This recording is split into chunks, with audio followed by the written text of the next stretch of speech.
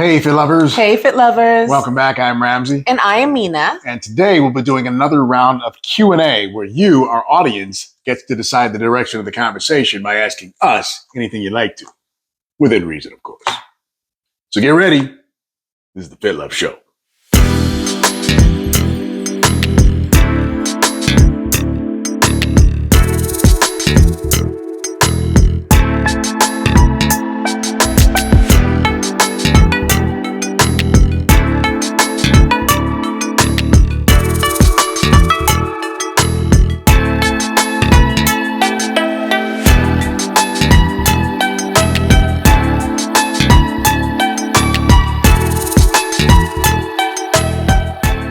So as always, we've compiled a list of questions from you, the audience, and are doing a show on them. We have some pretty interesting questions from Natalie, Deshawn, Stacy, and Kevin. Yep. And we'll be answering them today. Hey. Never know, maybe you'll benefit from some or all of the answers. Yep. Before we get started, we'd like to ask you to please click that subscribe button and don't forget to turn your notifications on so you'll be notified first when new episodes are released. All right, babe, let's get it cracking. Okay, first question. Let's see. Natalie asks, I've been divorced for about 2.5 years now. I'm tired of the dating scene and would like to finally find that special someone. What advice do the two of you have about finding love after defeat? You want to answer that? Sure.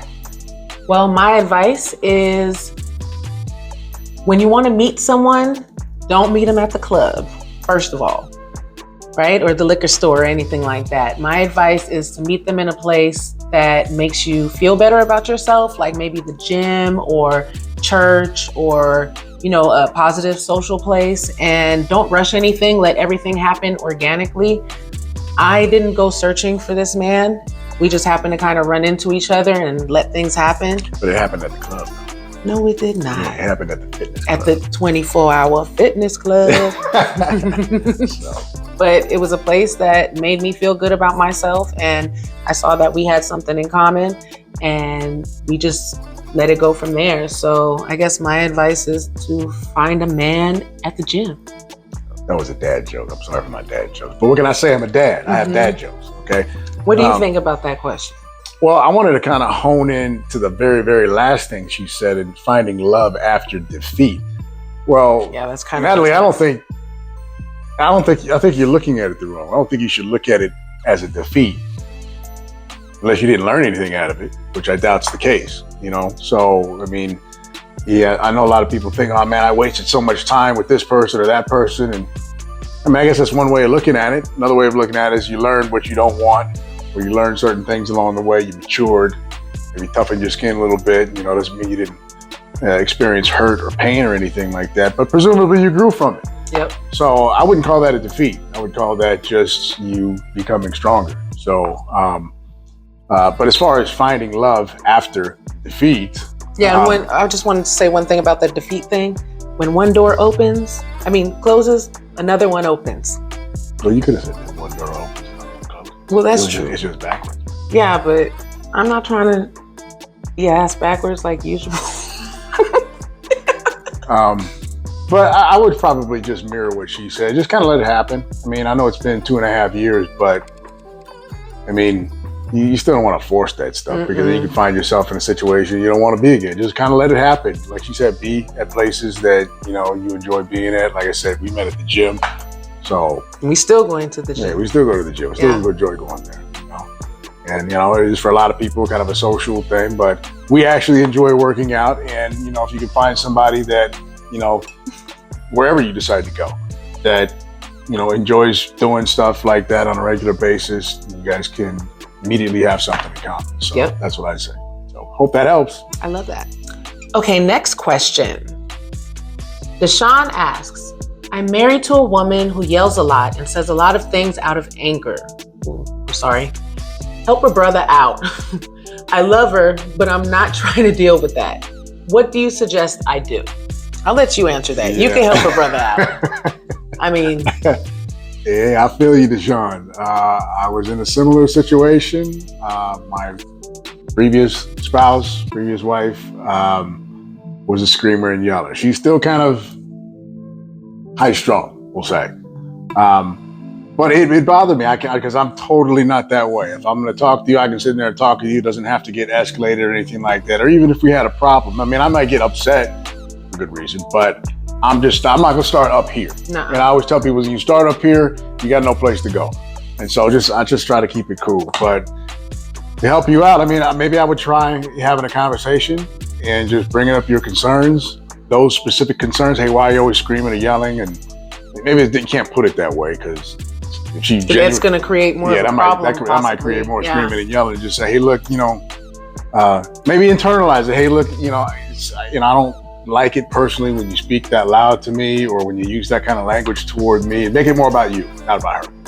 And yeah, hopefully that works. But if that doesn't work, then gotta cut her to the curb. Yeah, I mean, I understand. It's sorry to say, not every relationship works. It's just not everybody is compatible for anybody, and so some of that you learn through trial and error. Other times you just learn through just going through shit. I guess same thing, trial and error. So yeah.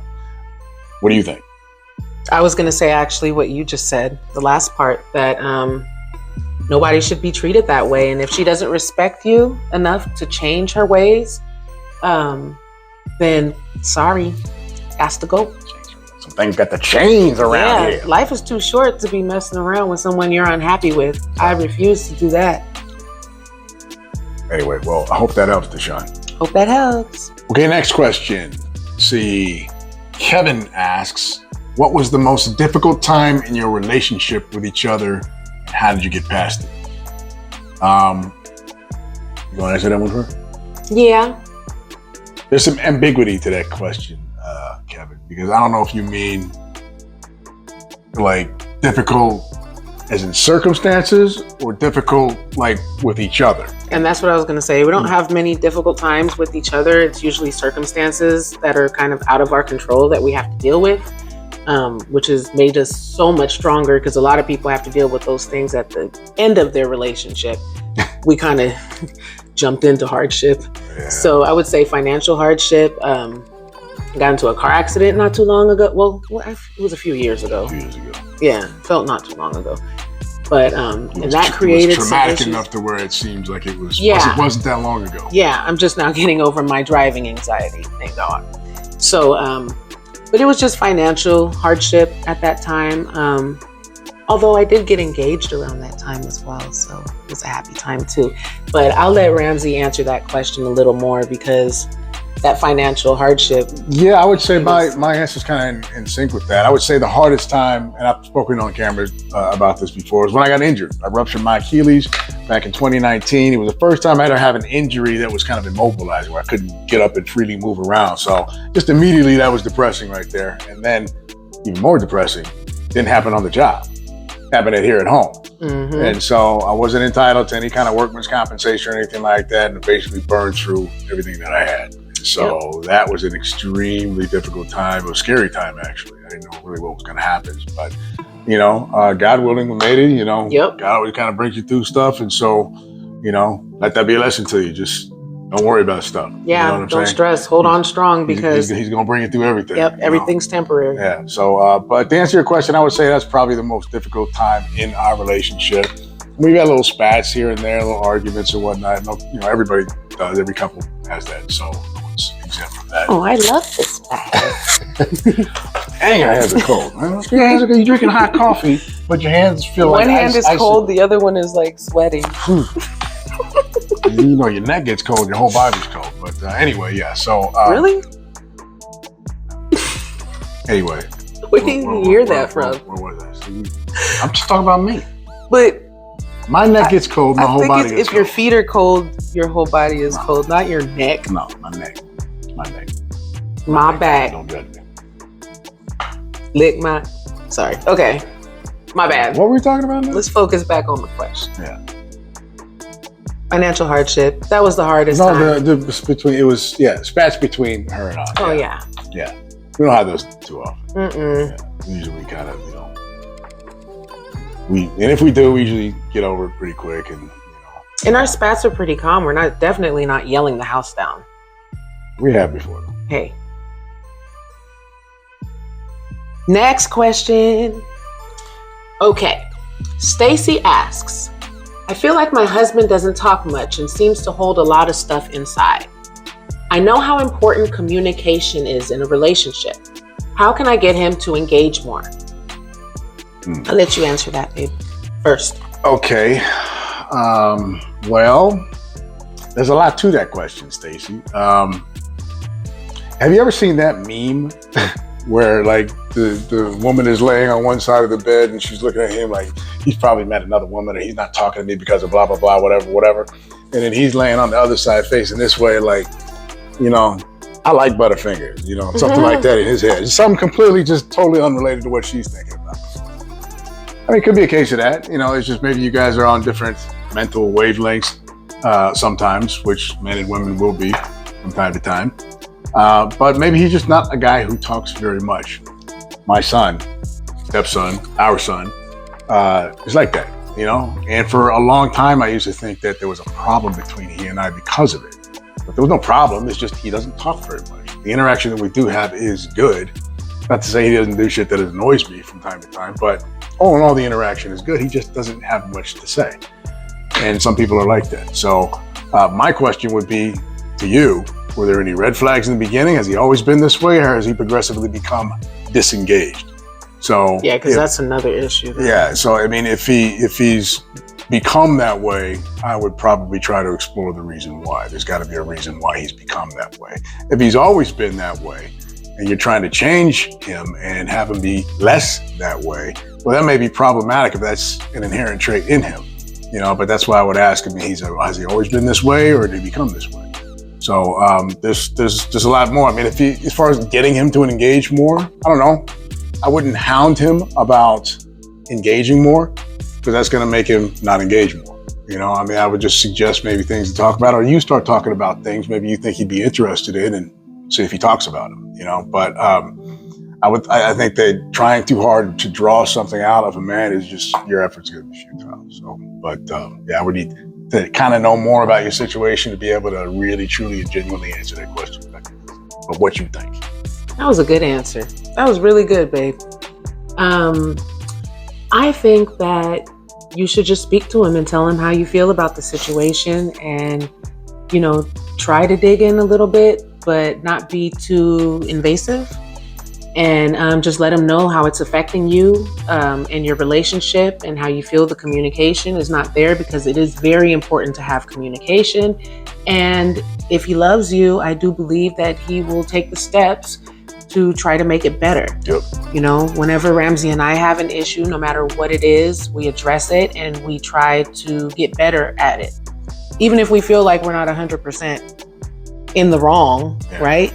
We respect each other's opinions and we try to get better at it. So, but can I add something on top of that? Mm-hmm. It may not go down perfectly. Mm-hmm. You know, there may be some resistance to that. It may not take an hour conversation or 2 hour conversation. It may take a few days for him to open up about this particular topic or that weeks, topic. Months, anything, yeah, you know, it's just the nature of the beast. But if, like she was saying, if he genuinely loves you and he cares about your relationship with, you know, the two of you, then maybe he'll agree to work on it. You know, work on something. Like I said, it's about compromise. You want to be able to compromise with your situation. Think it? I love your answers. I love my answers. You see why I love this man? You see why? You see why compromise? You see why she loved me? I'm just kidding. I love you too, baby. Well, that's our show for today, FitLovers. We thank you for joining us. Thank you. We hope you got something out of the answers to these questions. Hope they benefited you a little bit. Please like and subscribe, and don't forget to share this video. Oh, I thought you were going to say turn the notifications on. Well, I'm going to say that. That's why I do this thing. Yeah, I know, but I want them to like the video. Mm-hmm. I want them to subscribe to the channel, FitLove 101. And then I also want you guys to share this video with all your family, your friends, with the world. And then the world. And then the world. Turn them notifications on. Yeah. So you'll be notified first when new episodes are released. Mm-hmm. Good? Perfect. All right. Thanks again, FitLovers. Thank you. See you next time. Peace.